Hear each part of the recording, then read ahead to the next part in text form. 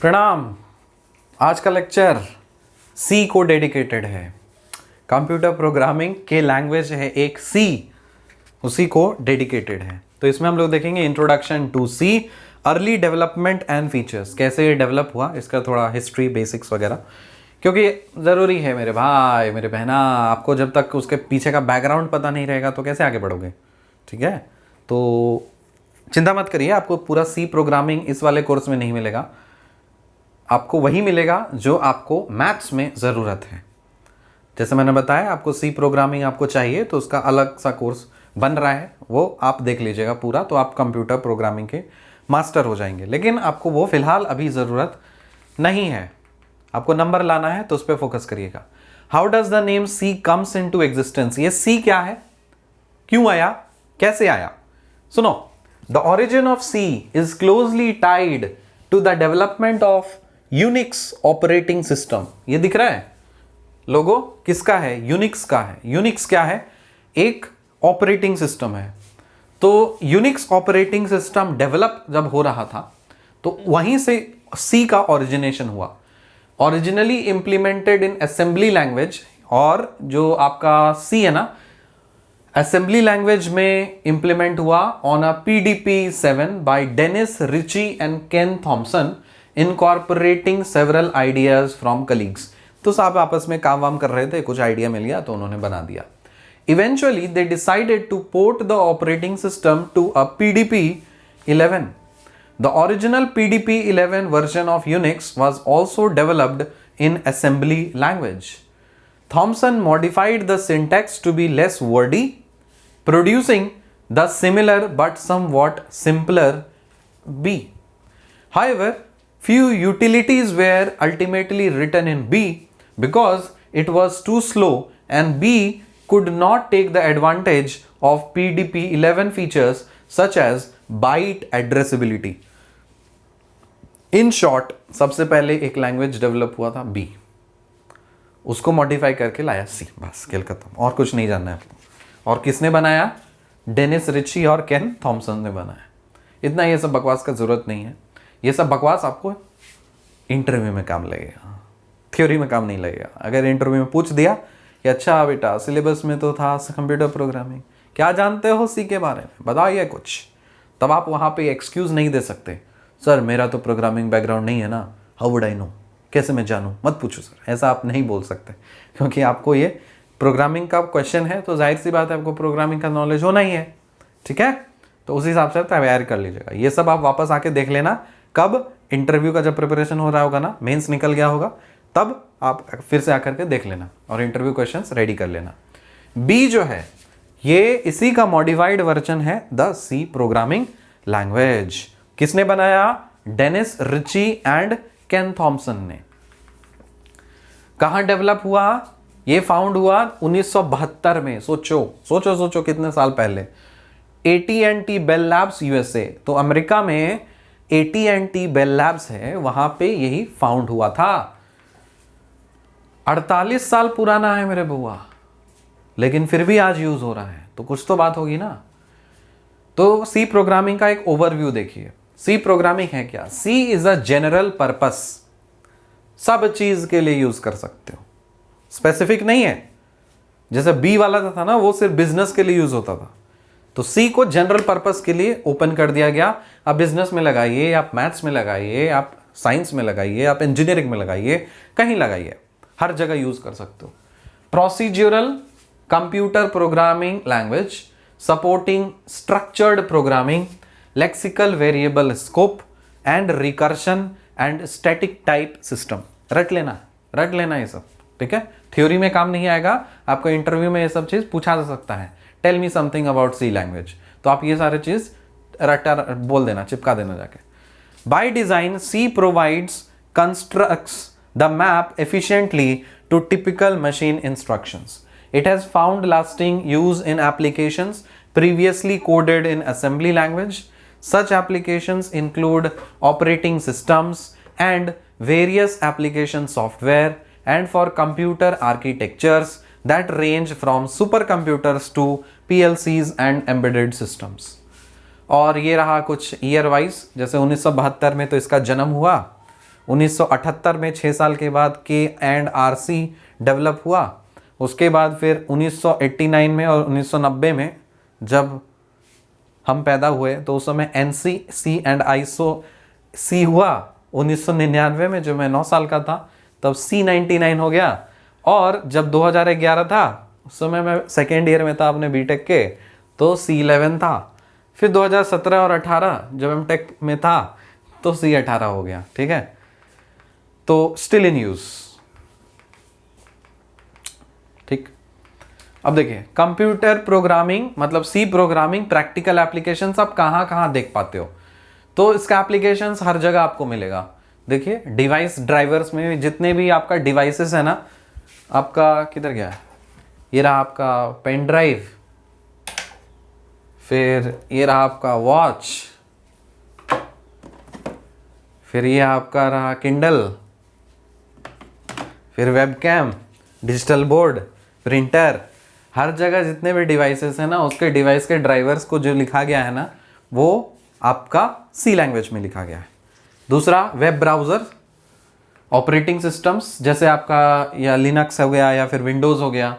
ठीक है, कुछ लैंग्वेज कंपाइलर्स जैसे सी शार्प है ये। फिर डेटाबेस सॉफ्टवेयर जैसे ओरेकल, टेक्स्ट एडिटर्स और ग्राफिक पैकेजेस जैसे आप माइक्रोसॉफ्ट ऑफिस में आप काम करते हो। फिर internet of things, web browsers, Google Chrome, Mozilla Firefox, internet explorer, तो ये सब चीज़ जो बना है ना बुआ, सब सी लैंग्वेज में बना हुआ है। तो इसका इंपॉर्टेंस आप समझ सकते हो, समझ जाओ। और इसका फीचर्स देखते हैं, चलो। फीचर्स ऑफ सी लैंग्वेज, की रोल, इसमें पहला बात तो सबसे पहले ये पोर्टेबल है, एक एक करके समझेंगे। पोर्टेबल है, दूसरा ये मिड लेवल, तीसरा स्ट्रक्चर्ड है, उसके बाद फिर रिच लाइब्रेरी, एक्सटेंसिबल है, recursion, pointers, faster, memory management, simple है। ठीक, तो ये सारे कुछ स्पेशल फीचर्स हैं सी लैंग्वेजेस के। तो अगर आपसे कोई पूछे इंटरव्यू में कि बेटा ये सी का कैसा, क्यों इतना पॉपुलर है, उसके कुछ फीचर्स बताइए, तो ये सब याद रखना, बता देना। तो आप ऐसा बोल सकते हो ये वाला लेक्चर जो है आपके इंटरव्यू के सेशन में काम आएगा, थ्योरी में काम नहीं आएगा आपको। तो अगर आपको लग रहा है कि ये हम बाद में देख सकते हैं तो देख लीजिए, बाद में देख लीजिएगा, कोई दिक्कत नहीं है। Features of C programming, a brief overview. General purpose computer programming language, ये जनरल पर्पस है। Each and every type of applications can be developed using C language, either it is business applicable, school management, ATM, operating system, etc. Became the most widely used language by developers instantly.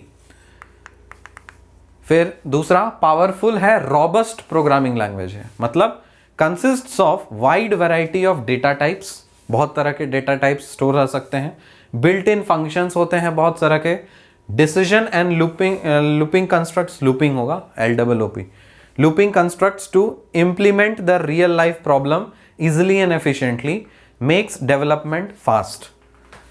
और आपको पता है कि 3 तरह का loop, एक while, एक for, एक डू वाइल।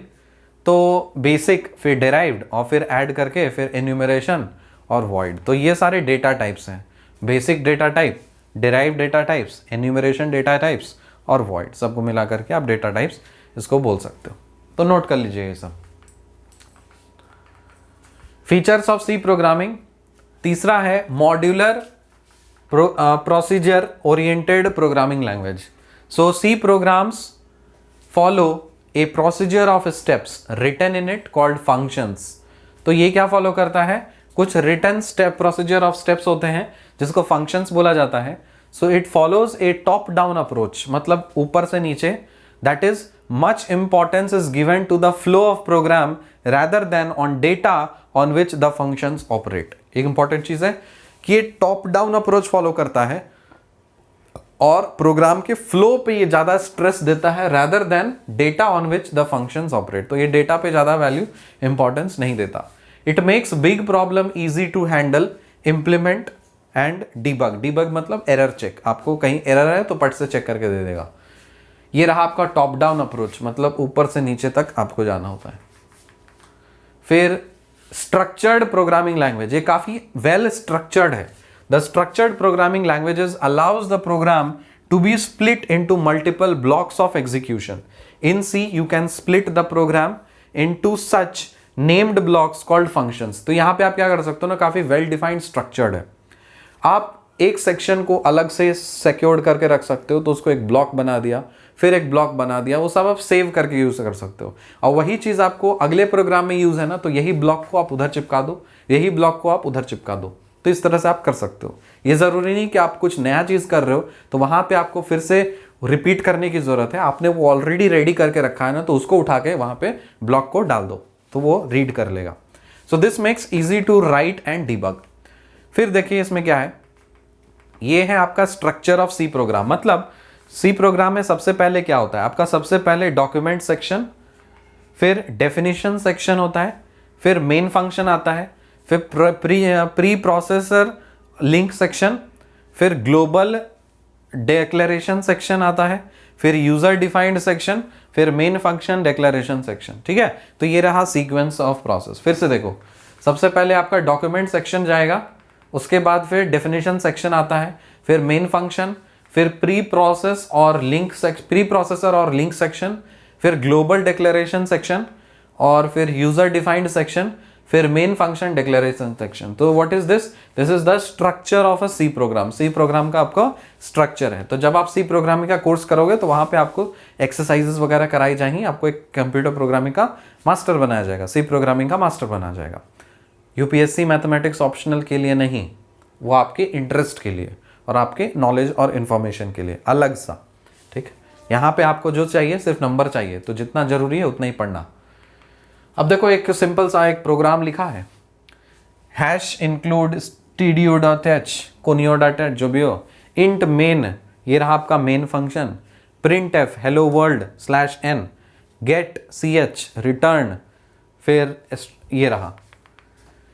तो हैश इंक्लूड stdoh ये क्या है, this command is a preprocessor directive in C. ये एक प्री प्रोसेसर डायरेक्टिव है सी में, that includes all standard input-output files before compiling any C program so as to make use of all those functions in our C program.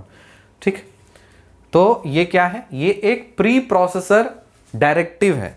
Pre processor directive आप बोल सकते हो, that includes all standard input-output files before compiling any C program so as to make use of all those functions in our C program. फिर int main, ये क्या है, int main this is the line from where the execution of the program starts. मतलब इसी line से आपका programme का execution होना शुरू होता है. द मेन जो ब्रैकेट में लिखा है open bracket close bracket function starts the execution of any C program. तो ये प्रोग्राम का एग्जीक्यूशन को स्टार्ट करता है. फिर देखिए ओपनिंग ब्रैकेट, मतलब ये जो है ना ओपनिंग ब्रैकेट, ये क्या सिग्निफाई करता है, this indicates the beginning of any function और इन द प्रोग्राम. मतलब कोई भी फंक्शन यहां से स्टार्ट हो रहा है, ये इंडिकेशन बताता है. So here it indicates the beginning of the main function. तो ये मेन फंक्शन का बिगिनिंग बता रहा है. फिर ये रहा आपका /* सम कमेंट्स. मतलब ये जो है ना कमेंट्स, ये वाला चीज, ये क्या है, Whatever is inside this, मतलब /* के अंदर जो कुछ भी है, are not compiled and executed. ठीक है, मतलब जो कमेंट में आप लिखते हो ना, जो कमेंट में लिखते हो वो एग्जीक्यूट नहीं होता, वो आपके समझने के लिए कमेंट दिया रहता है. So they are only written for user understanding or for making the program interactive by inserting a comment line. So these are known as multi-line comments. तो इनको multi-line comments बोला जाता है. ठीक है, ये स्टार मल्टी लाइन कमेंट्स बोला जाता है. तो यहां पे देखें, एक लाइन में जब भी लिखते हो ना तो इसको डबल स्लैश से एक लाइन में लिखा जा सकता है. लेकिन अगर आपको कमेंट्स बहुत सारे लाइन में लिखना है तब आपको ये यूज करना पड़ेगा. जब /* करोगे तो वहां से स्टार्ट करोगे लिखना, लिख दिया कुछ भी, फिर */ देख करके उसको क्लोज करोगे. समझ में? फिर single line comments are represented with the help of 2 forward slashes. 2 forward slashes है दिया है यहाँ पे, और अपना कमेंट लिख दिया. तो जब भी ये लिखो ना तो समझ जाओ वो कमेंट है. तो प्रोग्राम को ये वाला रीड नहीं करेगा, एग्जीक्यूट नहीं करेगा. ठीक है, फिफ्थ नंबर प्रिंट एफ, मतलब इसमें जब आते हैं तो क्या होता है printf. So the printf command is included in the C stduh.h, मतलब stduh दिया ना तो मतलब प्रिंट फंक्शन यहां पे रहता है तो उसी को रिकॉल कर लेगा, उसी लाइब्रेरी को, which helps to display the message on the output screen. तो प्रिंट मतलब वो स्क्रीन पे आउटपुट शो करने के लिए होता है. और गेट ch क्या है? So this command helps to hold the screen, ये स्क्रीन को होल्ड करने के लिए यूज होता है. रिटर्न 0 मतलब the command terminates the C program and returns a null value. तो एक क्लोज कर देता है प्रोग्राम को और एक नल वैल्यू को रिटर्न कर देता है. ठीक है, ताकि कोई भी कचड़ा और प्रीवियस वैल्यू रिटर्न ना हो. Closing bracket, so this indicates the end of the function, here it indicates the end of the main function. So जो क्लोजिंग ब्रैकेट है ना तो वो क्या शो करता है, वो closing of the function, closing of the या फिर end of the main function show करता है. ठीक, कुछ और इंपॉर्टेंट फीचर्स हैं सी प्रोग्राम का. Simple and small programming language, ये बहुत ही सिंपल सरल होता है. So it has English language type syntax, so way of writing program which makes it simple to understand, implement and debug.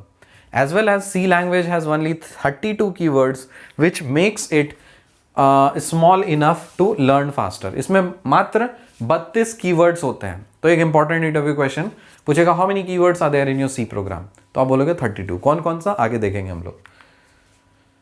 तो ये रहा आपका 32 keywords. Auto, break, case 4, const, फिर continue, default, do, double, else, enum, extern, float, for, goto, if, int, long, register, return, short, signed, sizeof, static, struct, switch, typedef, union, unsigned, void, volatile और फिर आपका while.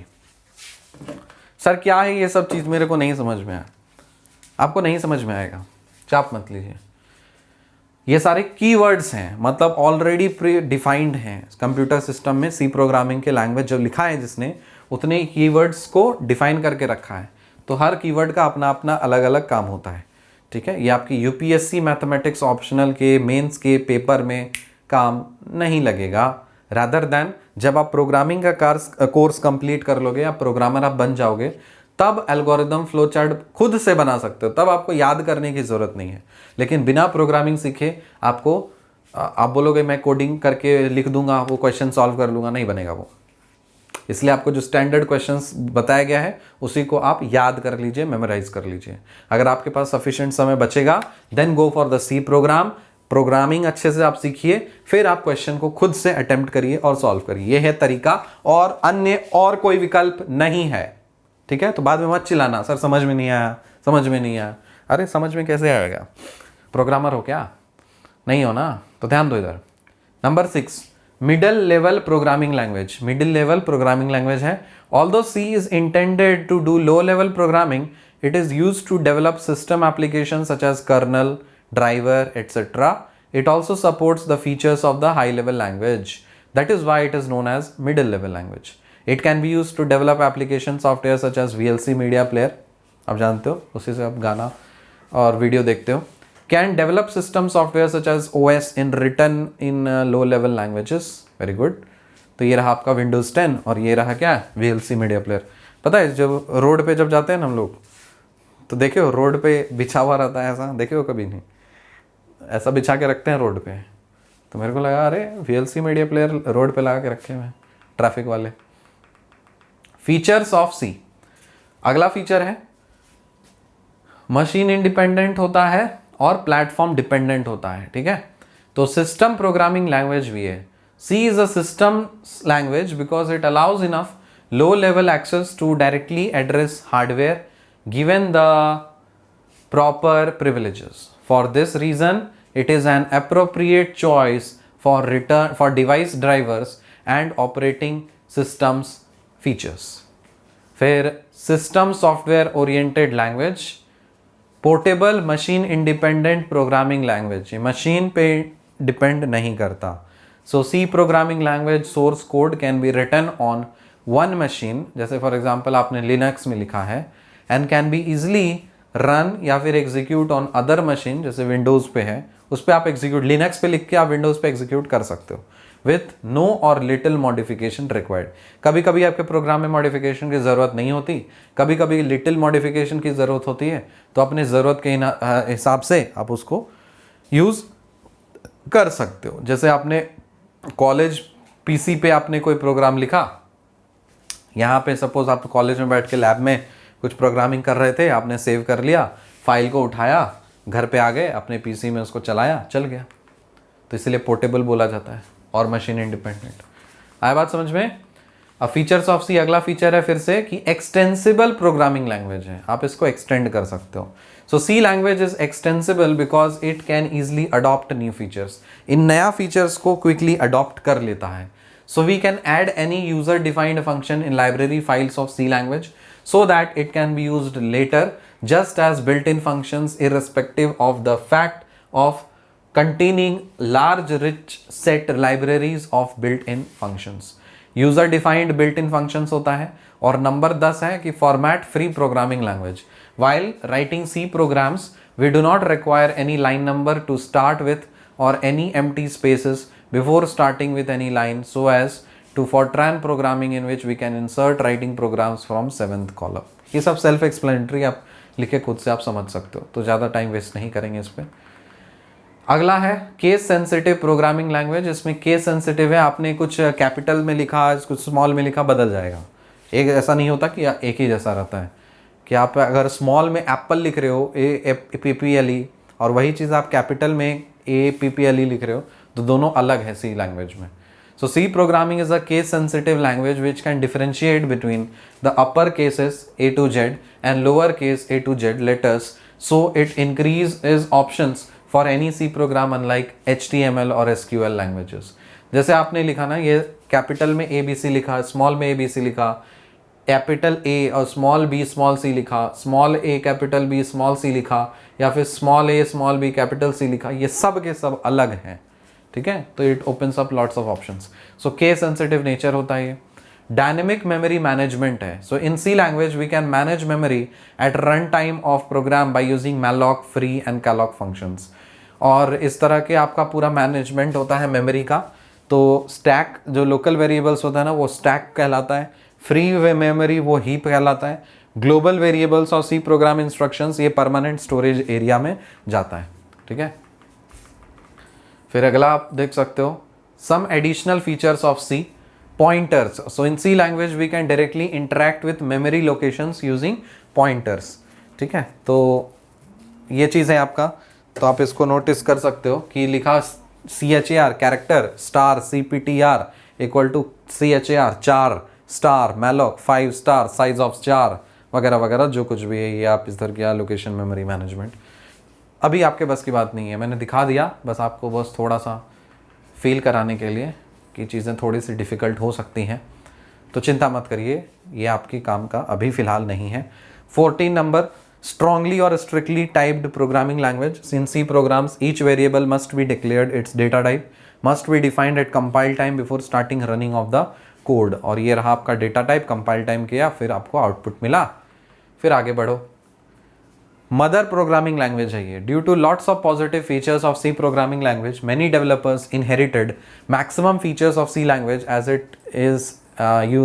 as it is to develop C++, Java, C Sharp, etc. और inheritance of different languages from C language, तो जैसे यहाँ पे जावा है, C++ है, C शार्प है, ये सब एक्चुअली सी लैंग्वेज से ही लिया गया है जन्म ये सब। Why one should learn C first? So learning C language first will make students fundamentals very strong. बता दिया आपको, जब तक सी प्रोग्रामिंग आप नहीं सीखोगे आपसे ये क्वेश्चन हिलेगा नहीं, खुद से आप दिमाग लगा के अरे गलत होगा, उसके लिए आपको सी प्रोग्रामिंग ज़रूरत है। सी प्रोग्रामिंग का कोर्स अलग बनेगा, उसको आप देख लीजिएगा, तब फिर इसको रटने की ज़रूरत नहीं, आप ऑटोमेटिक इसके क्वेश्चंस आप बना सकते हो, लगा सकते हो क्वेश्चंस। लेकिन मैंने दोनों ऑप्शन खोल के रखा है कि अगर आपको सी प्रोग्रामिंग पे टाइम वेस्ट नहीं करना है तो आपको स्टैंडर्ड जो क्वेश्चंस हैं उसके एल्गोरिदम फ्लो चार्ट चिपका के रट के जाओ, उगल देना। लेकिन अगर आपको लगता है कि नहीं मैं खुद से सॉल्व करूँगा, कुछ नया प्रॉब्लम टाइप का अगर ना छूट जाए, उसलिए पहले आपको सी प्रोग्रामिंग सीखना पड़ेगा, फिर आप उसको सॉल्व कर सकते हो, वरना नहीं होगा आपसे, और कोई विकल्प नहीं है, ठीक है। तो सी लैंग्वेज में बहुत सारे फीचर्स मैंने बताया कि आप जानते हो कि रिच लाइब्रेरी होती है, एक्सटेंसिबल रिकर्शन पॉइंटर्स होते हैं, पोर्टेबल मिड लेवल स्ट्रक्चर्ड होता है, मेमोरी मैनेजमेंट सिंपल फास्टर, है कि नहीं। तो यहाँ पे ये जो चीज़ है ना, जो आप ये इस तरह से क्या बोलते हैं इसको, आप लिख सकते हो, ठीक वगैरह। देखो hash include stduh, int main, source course in editor, int ab, print F वगैरह, ये सारी चीज़ें। तो ये इस तरह से आप लिख सकते हो। एक्सप्लोरिंग द लैंग्वेज कन्वेंशंस, जैसे इंट है, फ्लोट है, वाइल है, लॉन्ग है, इट, ठीक है ना। क्या है ये सब चीज़ का मतलब, लैंग्वेज कन्वेंशंस। आपको इसमें लैंग्वेजेस कन्वेंशंस होते हैं, जैसे हमारा कोई भी चीज़ पढ़ते हैं तो साइन कन्वेंशन होता है ना, कि हमें पता होता है इसके लिए पॉजिटिव लेना है, उसके लिए नेगेटिव लेना है। ये कब हमको RHS पॉजिटिव लेंगे, RHS नेगेटिव लेंगे, ऐसा कुछ कन्वेंशन होता है अलग अलग चीज़ों में। तो यहाँ पे भी आपको लैंग्वेज में कुछ कन्वेंशंस होते हैं, तो आपको वो चीज़ सीखना पड़ता है, ठीक है। अब क्वेश्चन देखिए, previous year question, provide a computer algorithm to solve an ordinary differential equation dy by dx is equal to f of xy in the interval ab for n number of discrete points where initial value y of a is equal to alpha is using Euler's method. और दूसरा, write an algorithm in the form of a flow chart for Newton-Raphson method and describe the case of failure of this method. तो मैंने, आप pattern समझिए क्या पूछ रहे हैं लोग। न्यूमेरिकल एनालिसिस में जो आपने मैनुअली सीखा ना, उसी चीज़ का एल्गोरिदम फ्लो चार्ट पूछते हैं, और इस एक्स्ट्रा नहीं पूछते हैं। एक्सट्रीम केसेस में हो सकता है कि कुछ और पूछ दें, लेकिन इससे बाहर नहीं जानते। तो इसमें अगर इस वाले कोर्सेस में अगर आपको स्कोर करना है तो दो तरीके हैं। पहला ये कि न्यूमेरिकल एनालिसिस में जो आपने मैनुअली सॉल्व करना सीखा उस पर तो आप मास्टर हो गई, उसके लिए प्रोग्रामिंग ज़रूरत नहीं है, वो मैंने बताया है, वो आप सीखते हो, सॉल्व करते हो, प्रैक्टिस करते हो, सॉल्यूशन आता है, जानते हो, एनालिटिकल है, कर सकते हो। इसका दूसरा जो पार्ट है एल्गोरिदम फ्लो चार्ट वाला, जो स्टैंडर्ड टॉपिक्स हैं, जो सिलेबस में मेंशन्ड है, जो मेथड्स हैं, उसका आपको एल्गोरिदम फ्लो चार्ट का अलग से नोट्स रेडी करना है। फॉर एग्जांपल न्यूटन रैप्सन का क्वेश्चन आया तो उसका तो प्रॉब्लम सॉल्व करना आप जानते हो, लेकिन उसका एल्गोरिदम क्या होता है, फ्लो चार्ट क्या होता है, अलग रहना चाहिए। फिर जैसे ordinary differential equation Euler's method आया, ऑयलर्स मेथड लगा करके सॉल्व करना तो आप जानते हो, लेकिन उसका एल्गोरिदम और उसका फ्लो चार्ट रेडी होना चाहिए। तो इस तरह से आप नोट्स रेडी कर लीजिए, फुल में फुल स्कोर कर सकते हो। लेकिन अगर आपको लगता है कि नहीं मुझे याद करने की ज़रूरत नहीं है, एल्गोरिदम फ्लो चार्ट मैं खुद से बनाना चाहता हूँ, उसके लिए आपको सी प्रोग्रामिंग करनी पड़ेगी। जैसे एक एग्जांपल आपको क्वेश्चन दिखाया था ना, पूछ दिया था कि सी या सी प्रोग्रामिंग या सी प्लस फोर्ट्रैन में बना करके दिखाइए। तो जब तक आप सी प्रोग्रामिंग नहीं जानते हो बुआ, तो हम कैसे तुमको बता दें, नहीं समझ सकते उसको। इसलिए हम दोनों ऑप्शंस खुला रख के छोड़े हुए हैं। 2020 वाले, अगर आपको आपका कंप्यूटर का बेस है और प्रोग्रामिंग जानते हो, तब तो आपको पढ़ने की भी ज़रूरत नहीं, आप ऑटोमेटिक खुद से बना दोगे, आपका लॉजिक पता है तो आप खुद से बना दोगे। 2021 वाले के लिए एक सजेशन है कि आपके लिए जल्द ही सी प्रोग्रामिंग का कोर्स लॉन्च हो जाएगा, ठीक है। वो यूपीएससी मैथमेटिक्स ऑप्शनल नहीं, वो अलग से। अगर आपको इंटरेस्ट है कि सी प्रोग्रामिंग पे आपको मास्टरी करनी है, सीखना है, तो आप सीख लोगे ना। एक बार सी प्रोग्रामिंग को आ गया, आपको प्रोग्रामिंग करना आ गया, कोडिंग करना आ गया, तो फिर ये सारे क्वेश्चंस हलवा हैं आपके लिए, ये सारे क्वेश्चंस आप इजीली कर सकते हो। लेकिन बिना प्रोग्रामिंग सीखे जो ये कर रहे हैं, उनके लिए मैं बता रहा हूं, आपको समझ में नहीं आएगा। बिना प्रोग्रामिंग सीखे, बिना कोडिंग जाने हुए आपको ये सारी चीजें, इसका एल्गोरिदम फ्लो चार्ट समझ में नहीं आएगा। आपको याद ही करना है। दोनों तरीका हम बताएं, आपको जो ज्यादा बेटर लगे वो आप फॉलो करिए। दोनों ऑप्शंस खुले हैं और दोनों ही सही हैं, दोनों तरीके से नंबर आएगा। समझ में आया? तो बस यही है। और ये देख लो ट्रेपेजॉइड, अरे तो वही कर रहा है। अरे कहाँ, आप देखो 2019 में क्या पूछा, आपसे पूछ रहा है कि फोर्ट्रैन सी प्लस प्लस में इसका फ्लो चार्ट और बेसिक एल्गोरिदम लिख के बताओ। अरे बउआ, जब तुमको फोर्ट्रैन नहीं पढ़े हो, सी नहीं पढ़े हो, सी प्लस प्लस नहीं पढ़ रहे हो, तो घंटा बना पाओगे इसको? समझ के नहीं बनेगा ना, समझ के नहीं बनेगा। आपको बिना पढ़े हुए अगर इसको सॉल्व करना है, एक ही तरीका है, याद करो, रटो, याद करो। लेकिन अगर आपको समझ करके इसको सॉल्व करना है, तो एक ही तरीका है, इन तीनों में से कोई एक लैंग्वेज सीख लो, सिखा देंगे, ठीक है। तो कमेंट में बता देना सर हम सीखना चाहते हैं या हम रटना चाहते हैं, हमको चाहिए उस हिसाब से, क्योंकि हम दोनों चीज़ कराएंगे। प्रोग्रामिंग भी सिखा देंगे आपको सारा, जो आपका अक्टूबर के बाद में समय है आपके पास, सफिशिएंट समय है, तो प्रोग्रामिंग का कोर्स बना करके आपको सी प्रोग्रामिंग सिखा दिया जाएगा। ठीक है, आप नहीं भी बोलोगे फिर भी सिखा दिया जाएगा, ताकि जो सीखना चाहते हैं उनके लिए खुला रहे ऑप्शंस। और बोलोगे नहीं सर हमको वो स्टैंडर्ड चीज़ आप बता दीजिए, सर ट्रेपेजॉइडल का एल्गोरिथम फ्लो चार्ट बता दो, न्यूटन रैप्सन का एल्गोरिथम फ्लो चार्ट बता दो, सिम्पसन्स का एल्गोरिथम फ्लो चार्ट बता दो, हम रटने के लिए तैयार है। तो मुझे चाहिए कमेंट सेक्शन में आपका चाहिए कि आपका क्या डिमांड है। वैसे हम दोनों चीज़ कराएंगे, ये भी कराएंगे, बट मुझे जानना है कि आपका क्या डिमांड है। ठीक है, अब लेकिन कोई ये मत बोल लेना सर बिना प्रोग्रामिंग सिखाए हुए, बिना कोडिंग सिखाए हुए मुझे ये समझा दो, ना होगा मेरे से। जब तुमको प्रोग्रामिंग ही नहीं सीखे हो तो इसका एल्गोरिथम फ्लो चार्ट कैसे समझोगे, पॉसिबल नहीं है। तो ये चीज़, ये बोलते ना बेवकूफ़ी वाला चीज़ मत रिक्वेस्ट करना, सर हम प्रोग्रामिंग तो नहीं सीखना चाहते लेकिन हम एल्गोरिथम फ्लो चार्ट बनाना सीखना चाहते हैं लॉजिक से। नहीं होगा वो, उसके लिए प्रोग्रामिंग अगर तुमको समझना है तो प्रोग्रामिंग सीखो, अगर नहीं समझना है तो रटो, और कोई ऑप्शन नहीं है। ठीक है, फिर बाद में पैपा पैपा चिल्लाना मत कि ये नहीं हुआ वो नहीं हुआ, समझ में नहीं आया, फलाना नहीं है ढिमका नहीं है। तो ये वाला कोर्स आपके इंटरव्यू के लिए था, इसमें कोई भी न्यूमेरिकल वाला चीज़ नहीं था। अब लास्ट में मैंने आपको दिखा दिया किस तरह के, अगले लेक्चर में उसको सॉल्व किया जाएगा और आपके पास रेडी हो जाएंगे, सारे चीज़ रेडी हो जाएंगे, आपके जो स्टैंडर्ड मेथड्स हैं ना उसके एल्गोरिथम फ्लो चार्ट वगैरह सब कुछ रेडी हो जाएंगे, चिंता की बात नहीं है।